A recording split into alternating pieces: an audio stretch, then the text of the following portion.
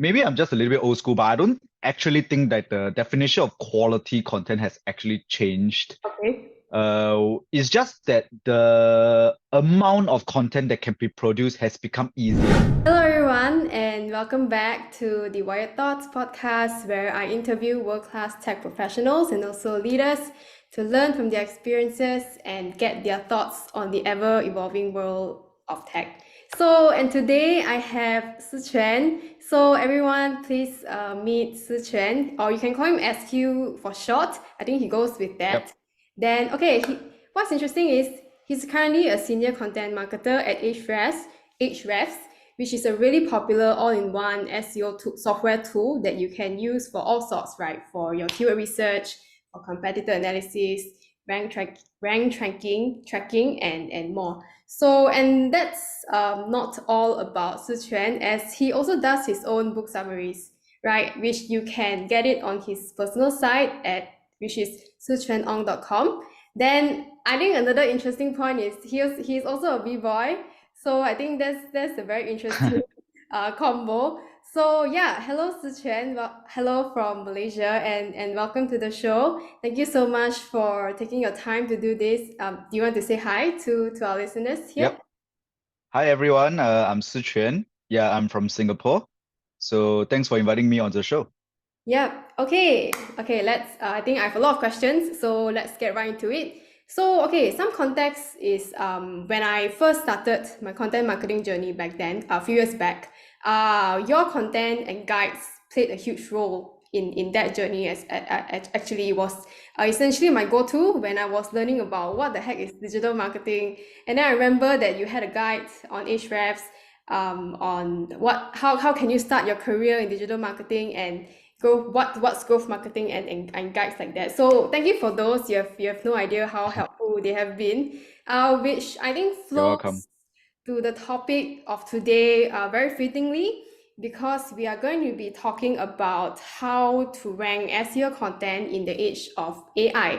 But before that, I just want the audience to get to know you a little better. So my first Yep. question, let's go into an introductory question, which is, okay, can you share more with us on your current role? How long have you been a content marketer? And I think what's more interesting is probably, can you maybe share with us what's your day-to-day like as a content marketer in Ahrefs? Yeah. Okay, so I've been in digital/content marketing for I can't even remember how long, maybe 7 years now. So I started in a startup as the only marketing person. So I had to learn the basics of digital marketing across most channels or whichever channels that we were trying to get. At the point in time, we were running a Kickstarter, so I guess like getting funding. So I had to do like PR, do some content, attempt to run some ads and stuff like that. So then from there, I moved to Referral Candy, where I was officially hired as a content marketing manager. So I think I was there for a year. And then I moved to Ahrefs, also as a content marketing manager. And I think I've been at Ahrefs for 4 or 5 years now. So yep, so I guess that encapsulates the entirety of my content marketing career. So what do I do on a day-to-day basis? It's nothing spectacular, to be honest. I spend most of my time writing because I'm working content marketing. So I would say a day-to-day, for example, if it was I think I'll say I spend most of my time writing because right now I work on blog posts and the newsletter. I write the weekly newsletter for the company. So that is most of my time, either researching, outlining, or writing.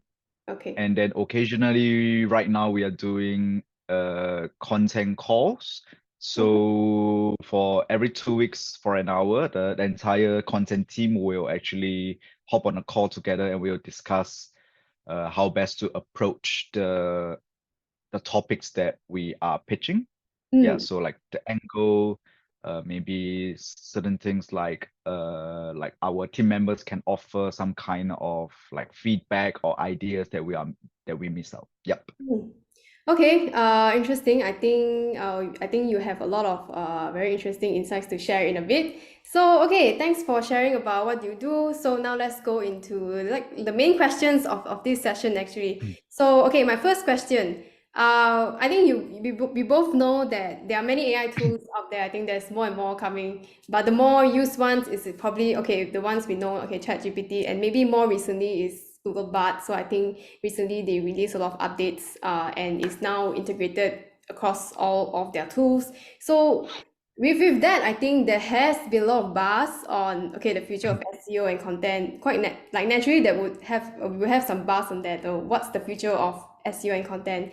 So my question is, how has these tools, the emergence of these tools, influence the way you approach content creation right now?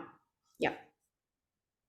Uh, Actually, to be honest, Mm. I think even at Ahrefs, it Mm. has not changed that much for now. Okay.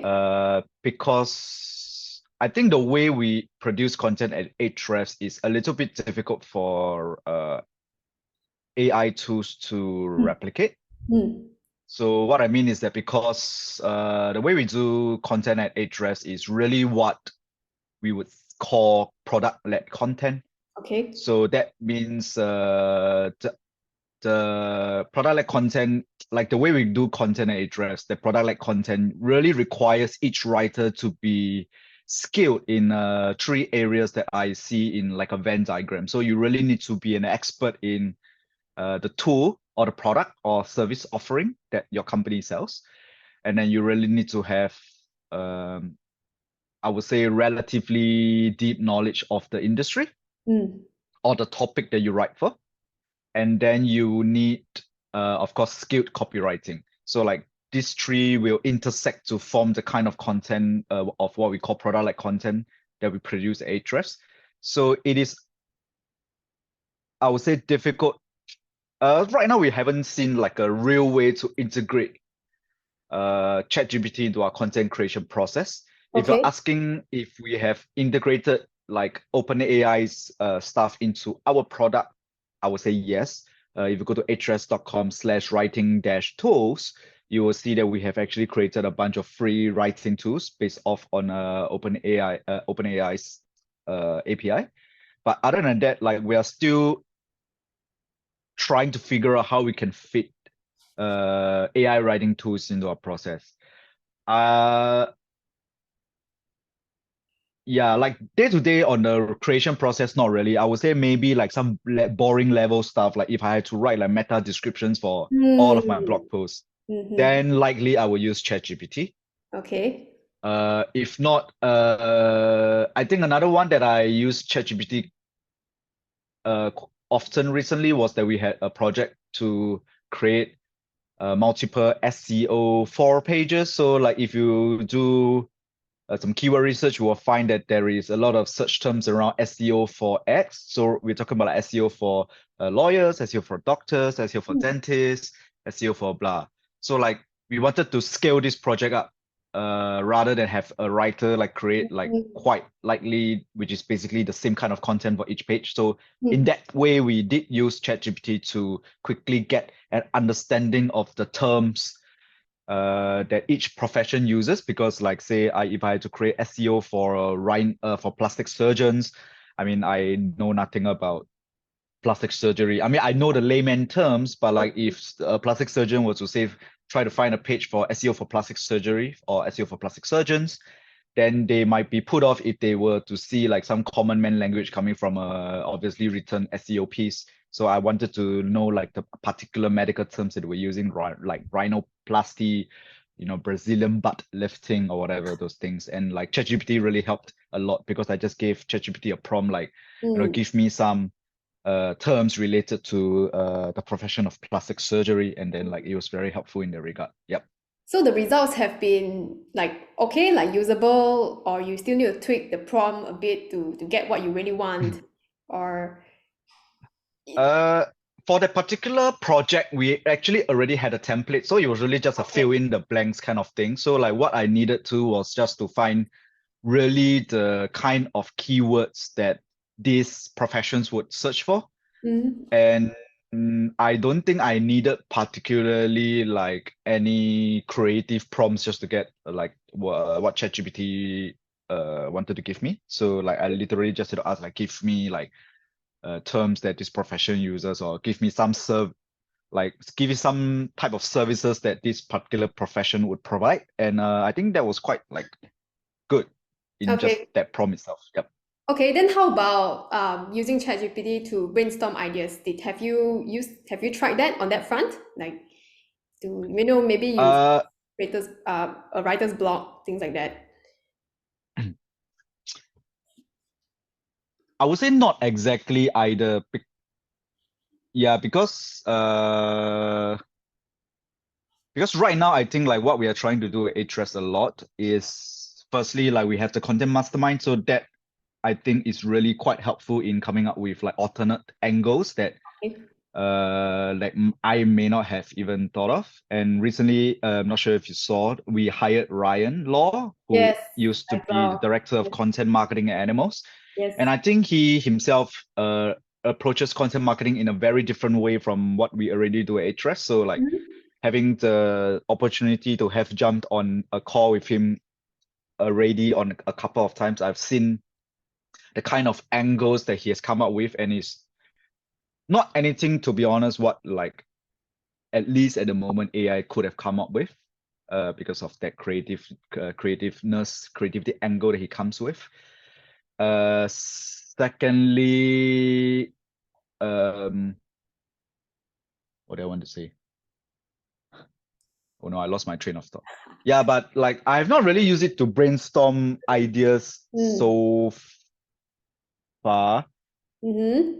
Yeah, because right. I remember what I was saying. Yeah, because ultimately at Ahrefs, what we are trying to do right now is create some level of unique content, some level of opinionated content, some Mm-hmm. level of adding some level of personal experience. Because not just because of EEAT, but because at this current moment you really have to stand out. Because if you Mm. were to Google any keywords, any query on Google, you Mm. are likely going to see like 10 pages of at the exact same thing, Yeah, yeah. exact same title, Correct. exact same kind of content, Correct. answering like very boring stuff like what is X, why is X important, benefits of X, how to do X, like over and over and over again. So Yeah. like in order to stand out, like you really need to come up with things that nobody can come up with. Mm. And really that really comes down to the person's opinions, the person's experience, Mm. and so on and so forth. And like this is not, I mean, maybe I'm just skeptical. Maybe like some AI experts have already gotten AI writing tools to do that, and I have not. But like I would say, like AI probably at this moment can't replicate like personal experience, Mm. Yep. so and can't replicate opinions. Yep. So, and if we were to use AI tools to create our content, we would probably end up sounding the same, which Yep. is what we are trying to avoid. Yep. So yeah, so I would say like it's not like I have not personally, I don't know the rest of my team, but I've not really personally used it to come up with ideas yet. Okay, yeah, I think I really resonate with what you mentioned about opinions because I think really that's the only way to stand out these days because, I think the last few years it has been a content first world. Everything is content. There's so much content everywhere. So the only way to stand out is through like having opinions on things.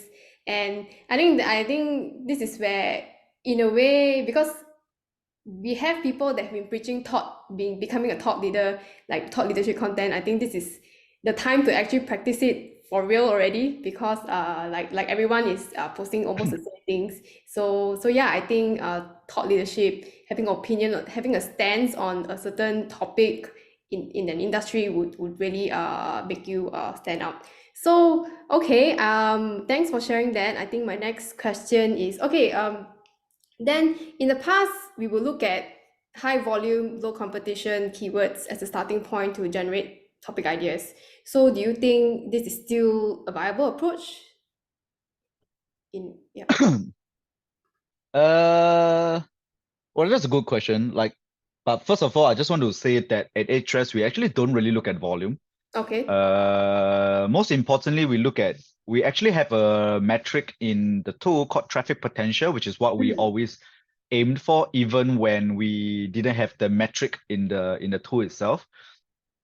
Because the theory was that a particular piece or particular content can actually rank for like hundreds and thousands of keywords, Right. because a lot of these keywords are basically just different ways of searching for for similar things. So like if you were to just look at a search volume for a particular keyword, it is not actually very representative of what the entire traffic potential that your potential article could get. Yep. So all along we were looking at the search traffic using our own tool set. We were all along looking at the search traffic of the number 1 or number 2 ranking page that was getting the estimated search traffic that our tool was estimating. And then we had and I think in 2019 or 2020, we actually took that out as a real metric called traffic potential. So that's how we actually judge topics to go for. And secondly, to us, while traffic is important, while we need to balance it, I would say business potential is also very important. So like we're not exactly looking for like, oh, just high volume, low difficulty keywords. We also want to, as I say, we create product like content. So ultimately, like each topic's business potential to our product is very important, because we used to make this joke that HubSpot ranks for how to make a GIF, how to make a GIF, however you pronounce it. And like the thing is that like it is a very far journey from somebody who is searching for how to make a GIF to buying, likely a $300 to $500 a month marketing automation tool. So like you really want to, I mean, we don't have the resources of HubSpot. We're not a public company. We don't make as much money in HubSpot. So you want to make each content like really like do its part into selling your product, into selling the problem, into selling the solution. And we're not going to play a content volume game where, we're going to target like every potential keyword in the universe. Yeah, stuff like that. So I think that was how we always approach content marketing. Okay, commercial intent are basically to make sure that you focus on commercial intent, answering commercial intent queries rather than doing like targeting every keyword under the sun, right? Just Yes and no, because it really requires some level of creativity also. Because if you talk about just purely commercial intent keywords, we are talking about a lot of times how to buy, pricing, landing pages, maybe even free tools and stuff like that. But that is really just quite limit. Of course, you should, if you have the capability and resources, you should of course target those keywords, make sure you are there. But I would say like, I think a friend of mine, Benji, who writes for Grow and Convert, he also has the same like kind of ideas, although we coined it differently. I think he called it jobs to be done keywords. So you really need to find like the problems that your customer is trying to solve, and then you see how well your product can fit into that problem. And then you kind of have to like weave your product or service offering into the piece naturally. Like you got to structure the piece in a way where like you are helping them solve the problem, but you're also helping them solve the problem with your product, or your product, it could be one of the ways they use to solve the problem. Yeah, that's how you make actually every blog post kind of like a sales page, basically.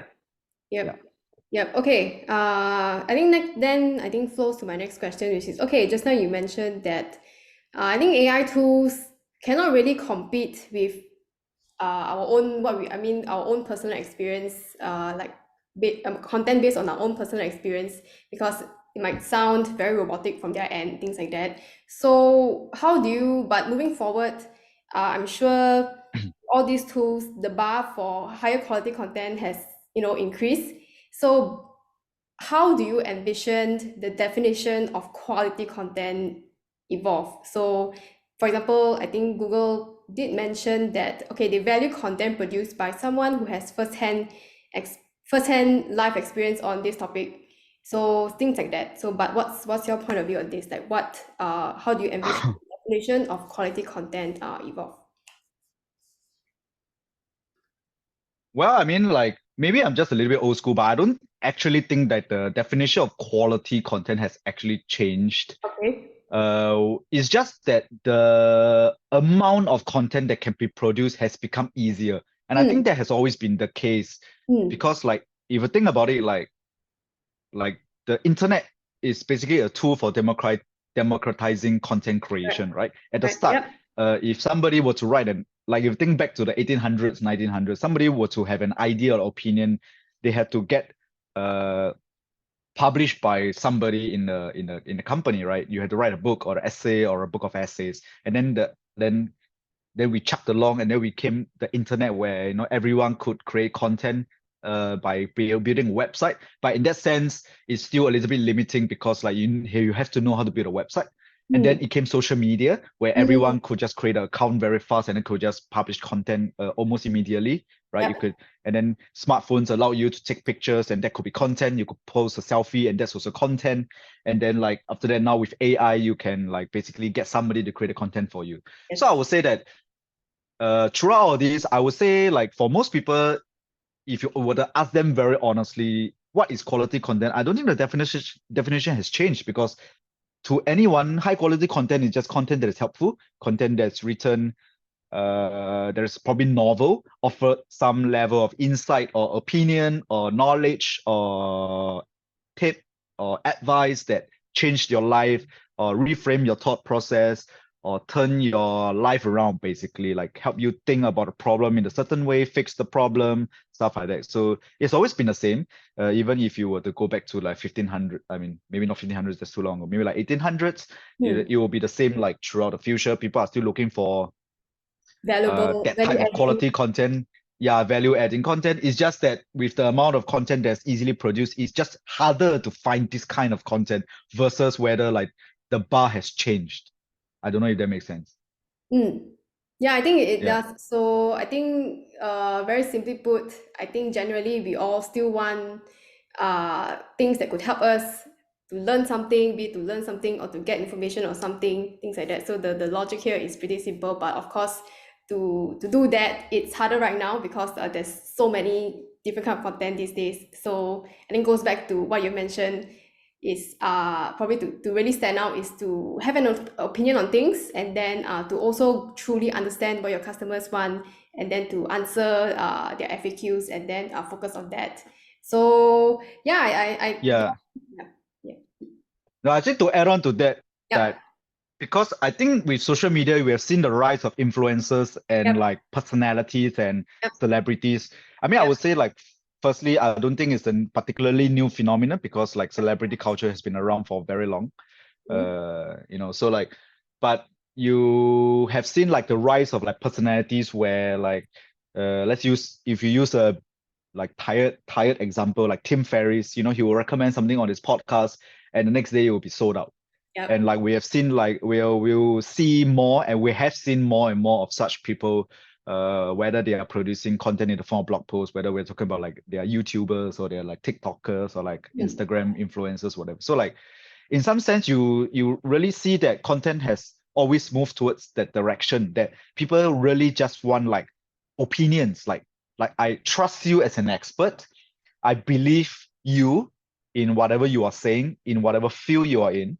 And if you say, I need to buy like this tennis racket in order to play better tennis, I will listen to you, right? If Roger Federer says, buy like, I don't know, Wilson, you play like tennis like me, I'm gonna buy it, like even if like Roger Federer doesn't create any content. So like I think we have always been moving in that direction. I don't think anything really has changed.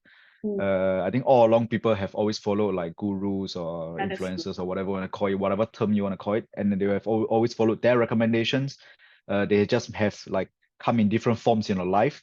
In the past, it might have been doctors. The doctors say, take this medication, you'll recover. Follow this lifestyle plan, you'll recover, and you listen to him or her. Maybe today you will listen to maybe a health influencer on TikTok rather than a doctor. But I think they just have more, we have always been in the direction, it's just more of such people around. They just have more diverse names. They're not just a doctor, but it could be a doctor, a dietitian, a health influencer, a bikini model or whatever you want to call it, like along those lines. Yep. Yeah, I think that's true. And different formats. So we have different formats like being YouTube or like social media, or yeah, I think it's that the culture has always been here. It's just that yes, in different formats right now. So now I think my next question is, okay, now that you mentioned, I think you mentioned about YouTubers just now. So I wanted to ask, okay, do you think I think with the advent, okay, it's not really advent, it's already happening right now. Like we all watch a lot of reels and shorts nowadays, like a lot of short form kind of videos. So do you think generally video content has been gaining traction in search engine ranking? So do you think AI can further amplify this, and will it take over text-based content? What do you think about this? I mean, I definitely think video will take over text-based content for sure, because at the end of the day, everyone wants to watch a video, right? They read. Like reading is actually very difficult. If you think about it, like on a meta level, like reading is actually a very difficult skill, which is Yeah. why like a lot of people find difficulties in reading, not Mm. even just a book these days, but reading like like even a blog post. Like most people can't Yeah. even finish a blog, Mm. and like so like reading is actually difficult. So Mm. like and watching is always easy, which is why like when the TV was invented, everyone was already like glued to it, and there were like dystopian books about how like you can use TV to mind control people, right? We're talking about 1984, right? Everyone just glued to the TV. So definitely, I think like it is just a no-brainer that video will like be the main form of content. If it isn't already, like I always find it very funny the marketers say that. I mean, not poking fun at you, but like it's always very funny that marketers say the advent of video content. I mean, YouTube has been around since 2008, Mm. and like as far as I can recall, even when I was very young, the moment YouTube appeared, I was already watching YouTube videos over and over again, right? Maybe not that much content in the past, but when you could access YouTube, you were watching like YouTube already. Mm. So like to say that YouTube is like a new thing in 2023 is kind of very funny to me because like it's just like marketers have always been very, despite the fact that marketers like to think they're ahead of the curve, they are actually very slow when it comes to like video content. So I think video is definitely a no-brainer to get Mm. into if you're not getting into.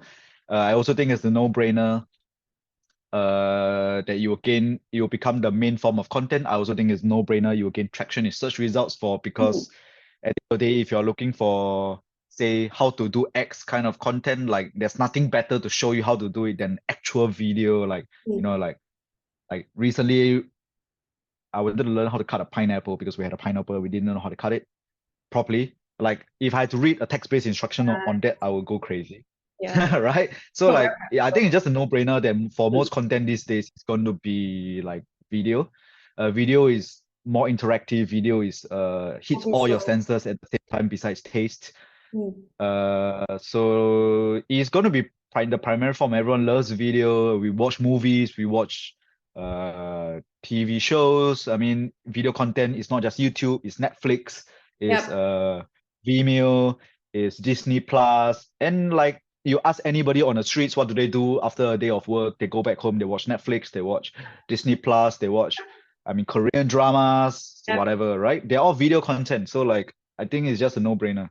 Okay. Then are y'all how to say for then are y'all doing more of that in Ahrefs? Because okay, I understand that Ahrefs has quite a elaborate YouTube channel, but are y'all perhaps putting much more resources in that front, or how is this gonna change in any way, like in for Ahrefs content team YouTube videos? Yeah, so definitely we are putting more resources. I think the biggest problem is that for YouTube, especially, like I think every YouTuber will tell you is that it is actually, if you have a solo YouTuber, you are the face of the channel. It's actually very stressful and taxing Yeah, it because like is. you need to be on the channel all the time. Yep, yep. So I think one of the biggest things that we are doing is that we are trying to diversify the host of the channel. So if you Mm. check the channel over the past month, you will see that we actually tried a new guy. I Mm. think his name is, I can pronounce his name, Jaime, probably. I'm sorry if you're watching, Jaime, if you're watching this, I mispronounced your name. And like, yeah, so I think the biggest problem is to scale the YouTube channel is to not have everyone who watches Ahrefs YouTube channel, they know Sam. Yep. But we don't want like, but ultimately, like if you think about it, like Sam is the bottleneck Mm. of anything. If you want to scale the channel, Sam will be the bottleneck because he's the face of the channel. Yep. So like and Sam is human. He can only like film so many hours a week. So if you really want to scale the channel up, you need to diversify the hosts and the everything else. So that's what I think the biggest problem is, that we are looking for hosts that can help grow the channel. They can serve as the face of the channel as well, like multiple faces of the channel. Yeah, that's a big problem. Okay. Are you considering to to host one day, perhaps?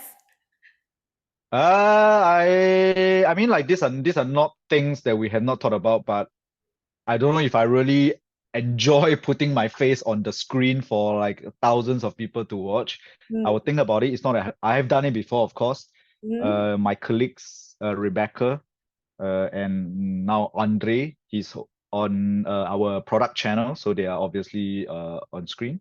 Because I mean, as you know, like, I have a Singapore accent. So I'm not sure how many people really particularly enjoy this accent, especially if you want to reach international viewers. Because like even when Rebecca, I mean, we have seen some like negative comments when Rebecca is on the channel, and like people are saying like, oh, I don't really understand her, and it's yeah, it's yeah. So like, I'm not sure if I want to put myself out there. I've definitely something I thought about before, but let's see. Okay, let's see. I anticipate that. So that's for video content. Then I think my next question is more on the search generative experience. So I think we have all heard about it, and that it's probably rolled out in the US already. Then this also means that search results are being synthesized into summaries on Google. So which will most certainly lead to declining organic web traffic. So with this shift, right, what kind of updated or best practices or predictions do you foresee with this shift? Like maybe is there certain things we should start to focus on more, or yeah, anything about this? Well, I think this is I mean, personally, this is not really my area for prediction, because I think like there are many people who are trying to make predictions around this area. I of course agree and disagree with some of them, but like I don't know if I'm the really the best person to ask when it comes to like predictions for this kind of shift, because like I always feel like in the grand scheme of things, we all always want the same type of, we all along wanted the same type of content. Mm-hmm. So, which is what I described earlier. So, I mean, I really don't know if I have anything particularly interesting to say about like SGE and everything. I mean, I think like at the end of the day, like for at least for now, SGE will probably replace featured snippets, maybe. Like, I mean, I think SGE is finding. I've not really used SGE that much, but I think SGE is probably trying to replicate how such featured snippets are already working. Maybe not that well currently, but Not that well. Yeah. but eventually it will replace all of feature snippets, quite likely. And I mean, I would say that at the end of the day, maybe the way people search will be different. How different it will be, I don't dare to predict. Yep. But I think at the end of the day, I mentioned earlier, people will always want to follow another person's advice, opinions, and everything. So I think if you are creating content, you should definitely work towards the direction. Yeah, like getting this, because ultimately search is just a mode. If you think about it, search engines are just a mode of content discovery. Okay. Yep. Yeah. And in the past, we relied on search engines to find interesting content, Yep. and it worked. And then started coming SEOs who make the search results boring. So now people are turning to other ways to find interesting content. That is TikTok, that is Social YouTube. media. Yeah, so all of these, if you think about it, are just modes of content discovery. So it is kind of correct and wrong at the same time to like create content for search engines, Yeah, yeah. Yep. because it is just a method of discovery, as I said. Yeah, Like, so yeah, I don't think he has really, I don't know. I mean, I think I'm just thinking out loud right now, but I yeah. Yep. think like to be honest, like if you are creating like personal expert content, I don't think you have much to worry about, except maybe the matter of distribution, but just continue doing that, because Distribution, yeah. ultimately that is the kind of content I signed up for when I got on the internet, and that is the kind of content I will continue to want to read in the future. Yeah. So I don't think that has changed. It's just how I find that content and what people need to do to learn how to push that content out to others. Yep. Okay, so what I'm getting is, I think continue to produce very value-adding content, but don't just stop there. So focus on distributing it as well. So like there are a lot of different formats, and then I think social media being one, and then probably the platform that you should probably leverage more on is social media because everyone's on it. Then yeah, focus on distribution. I think don't just stop at posting one and then just leave it there. Then yeah. Okay, then I think my next question to sort of tie everything up. Okay, so I think you've shared a lot about, okay, what's the current landscape, and then what can we sort of expect, what can we really do to sort of prepare. I don't know, is it prepare, but prepare for this shift. So I think my next question is for aspiring or existing marketers or content creators. I think my question is what kind of skills they should start equipping themselves if they don't have, what kind of skills they should start equipping themselves, what kind of tools they should leverage on to stay current in this shift. So yeah, that's my question.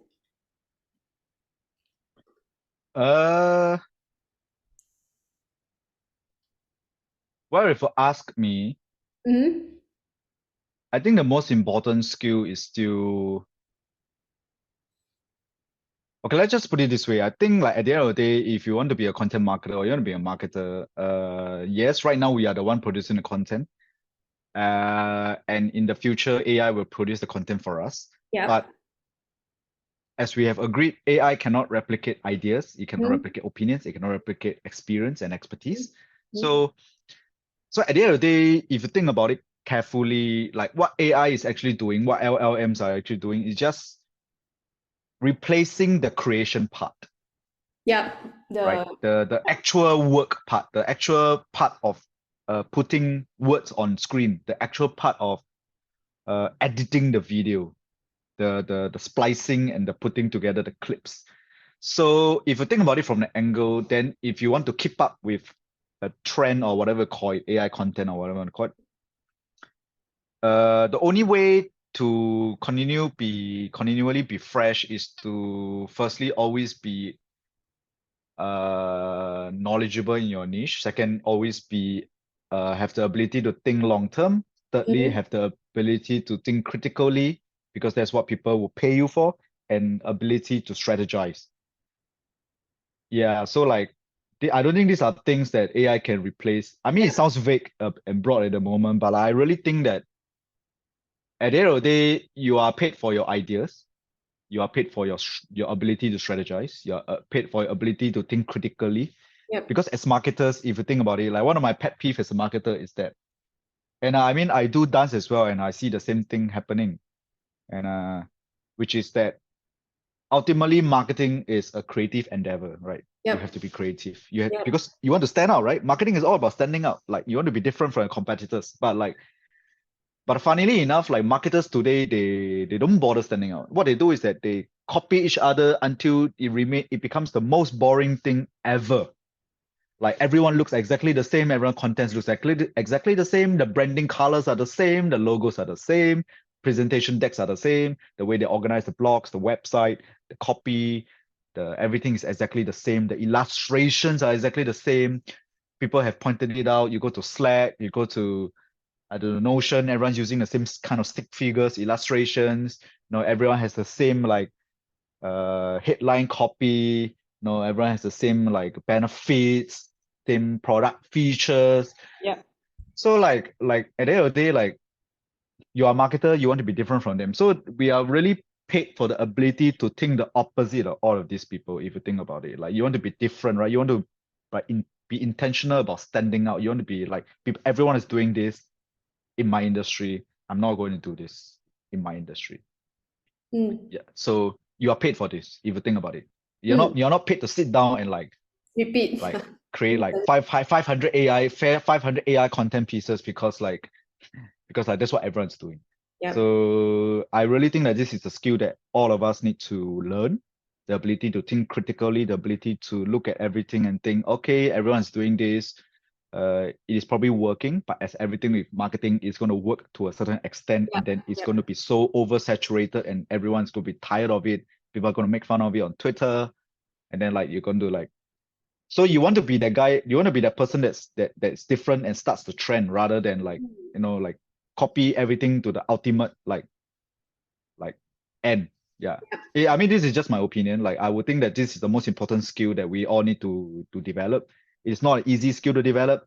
It basically ties back to whatever we've been saying. You want to create thought leadership content, you want to create opinionated content, you want to create expert content. You need to be able to do all of this. And I think the word that encapsulates all of this is taste. You need to have artistic taste. You need to know what is good and what is bad. And most marketers, unfortunately, have no taste because they just think very practically. Oh, X company in my industry is, doing this trap boy hook on Twitter. 99% of the internet is not using this correctly or whatever. And then I'm going to just blindly copy this hook. I'm going to blindly copy everything they do because that's what is working for them. So it must work for me. But you really need to have taste, and you need to have the ability to think critically and understand, okay, why are they doing this? Do I agree with this taste?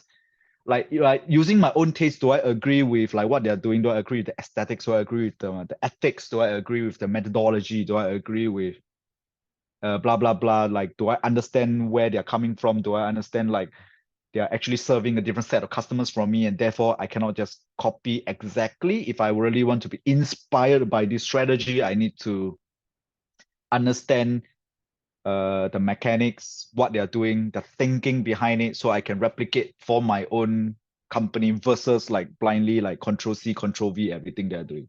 And this is what marketers are paid for. This is what anyone in the knowledge economy is paid for, if you think about it. So then, interesting point of view. Then how are you personally keeping up with all these changes as a marketer? How are you personally keeping yourself current with all the changes and everything? Are there any methods you practice every on a day-to-day basis so that you can keep current or anything? I mean, keep current. I'm just on Twitter. Okay. Or X, as it's called now. Yeah, X, yeah, I'm just fortunately for my job, I curate the newsletter for Ahrefs, so I kind of have to go through Twitter professionally as a job just to see what's going on, what's the best new content that I can surface and share with all the readers. But I mean, maybe it's a little bit ironic, or maybe some people agree with me, but I do think that as the world advances further and further, one of the most ironic things I would like to do is to go backwards and backwards. As the world goes faster, I want to go backwards. In the sense that everyone these days, so they want to read shorter and shorter stuff. They want to watch shorter and shorter stuff. I want to go back and read longer and longer stuff. I want to read books, watch old stuff, read old stuff.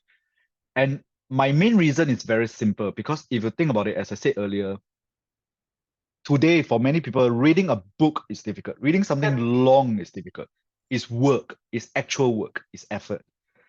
So the more people consume easier and easier stuff, it means that they can only consume, if you think about it, pre-packaged bites of information. Information that's easily spread, information that's easily consumed, understood. That ironically contributes to why everyone is going to be exactly the same, because everyone eventually finds the same kind of things easily consumable, right? We are all humans. Certain things we like than the rest. We probably laugh at quite similar things, right? We are distracted by very similar things. Whereas think about it, if you go to the opposite direction, if you put in effort to read books, if you can put in the effort to read books, to discover older ideas, then you are actually ahead of everyone. And in the sense that you are also like uh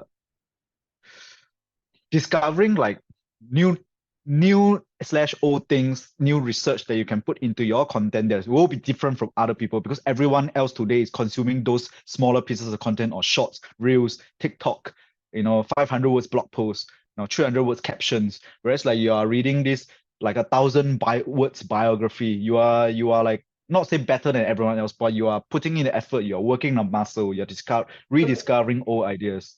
You Yep. are like yeah, so I always like to move. For some reason, the more the world moves forward, the more I want to move backwards. Okay. Yeah. Okay, interesting. Just so that you can rediscover, unlearn certain things and relearn and rediscover new, like old concepts, and then but in throughout that process you can probably turn it into new concepts. Is that your what you're trying to achieve, sort of? Just so I that. mean, like to be honest, I don't really see it as like so practical in the sense that, oh, I'm doing this because I want to create content, but more Mm, like an effortful way to live okay. life. Because yeah, I mean, at the end of the day, like if you read dystopian novels, the common thread you will see that everything becomes so convenient that you cease to think for yourself, Mm, because everything is is laid out for you, right? mm, Click this, do that, you yep. know. Whereas like if you put in effort in your life, even on certain things that's supposed to be enjoyable. I mean, it's not say it cannot be enjoyable, but if you put in like a certain amount of effort in doing certain things, like reading a book, you will, I don't know, like you will find things that other people are not finding. Even for yourself, it could be enjoyment, it could be for practical reasons, it could be for just a muscle training, like a Mm, reading muscle training. mm, It mm, could be it mm, could be even to develop taste, because if you read the old books and you are living in a modern life, you mm, can compare. Like, mm, oh, this is how it has changed. Then you start to develop taste. Oh, this was the past, this is the now. I mm, now understand both directions. Oh, mm, this is how it has developed. Like this is how like content has developed over mm, time, right? This is how content used to be. This is how content is now.